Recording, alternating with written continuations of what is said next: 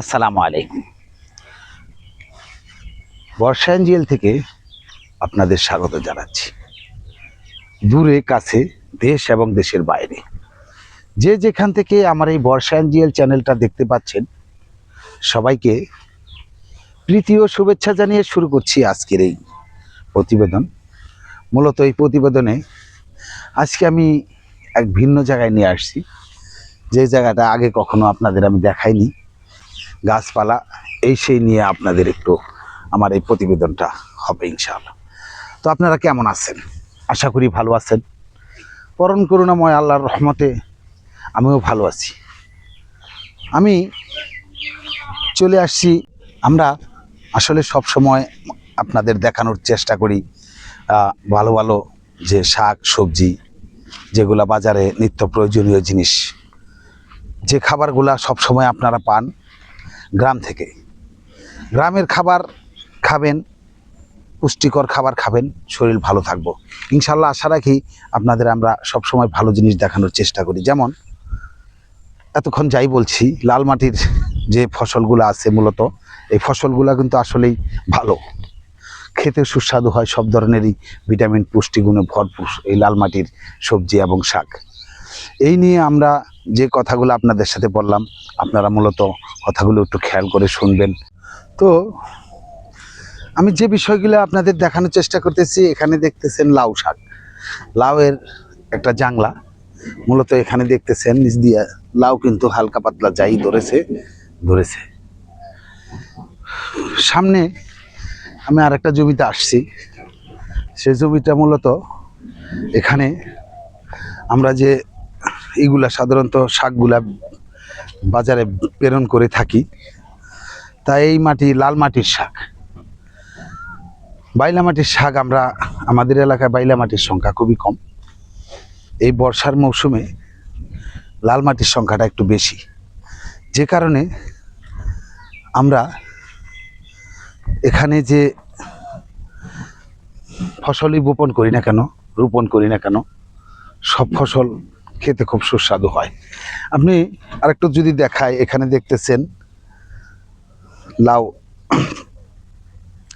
লাউয়ের সারিবদ্ধভাবে লাউয়ের চারা বোনা আছে। লাল শাকের পাশাপাশি সারিবদ্ধভাবে লাউয়ের চারা বোনা আছে।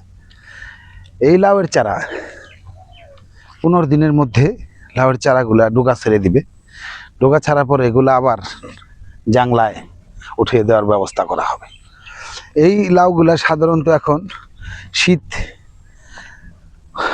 আশ্বিনের প্রথম দিকেই লাউটা অবশ্য ধরবে। আপনারা জানেন যে একটা লাউয়ের চারা থেকে শুরু করে লাউ ধরার আগ পর্যন্ত 2 মাস টাইম লাগে। এই সময়টা কৃষকের একটু কষ্ট যায়, কারণ কি লাউ তো ধরার যে আগে যে ফসলটা লগে থাকে, দেখতেছেন ফসলটা কিন্তু খুব সুন্দর। লাল শাকের সাথে আপনার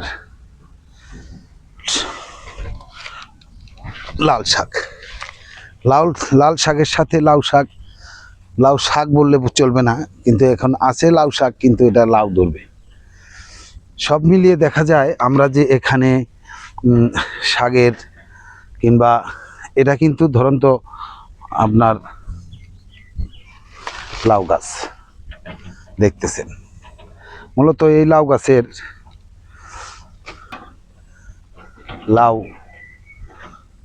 ধরবে, খুব তাড়াতাড়ি বিক্রি হবে। এই নিয়ে আমরা ব্যস্ত থাকি সারাদিন। যদি আমরা আরেকটু বলি, এখানে দেখতেছেন লাউ গাছের পাশাপাশি আছে জালি। এখানে দেখতেছেন কি সুন্দর একটা জালিও ধরছে। কিন্তু জালিটা সাধারণত এই বর্ষার মৌসুমে এই জালিগুলা সাধারণত ভালো দামে বিক্রি করে থাকে। একটা কথা খেয়াল রাখবেন, আমাদের এলাকার লাল মাটির যে ফসলগুলা হয়, সাধারণত সবজিগুলা হয়, শাক হয়, এই শাক এবং সবজি অন্য এলাকার তুলনায় একটু আলাদা টেস্ট হয়, একটু স্বাদই আলাদা, ভিন্ন স্বাদ। খেলেই বুঝতে পারবেন যে আসলে লাল মাটির শাক বা লাল মাটির সবজি কেমন হয়। তার জন্য আমরা বেশিরভাগ সময় এই জায়গার ভিতরে লাল শাক বা লাউ শাক, বিভিন্ন ধরনের শাক সবজি সব বুনে থাকি, রোপণ করে থাকি। তো আপনাদের এই পর্যায়ে যতটুকু পারলাম আপনাদের সামনে আমি দেখানোর চেষ্টা করলাম। সবাই ভালো থাকবেন, সবার দীর্ঘ আয়ু কামনা করে আজকের মতো বিদায় নিলাম। আল্লাহ হাফেজ। আসসালামু আলাইকুম ওয়া রাহমাতুল্লাহি ওয়া বারাকাতুহু।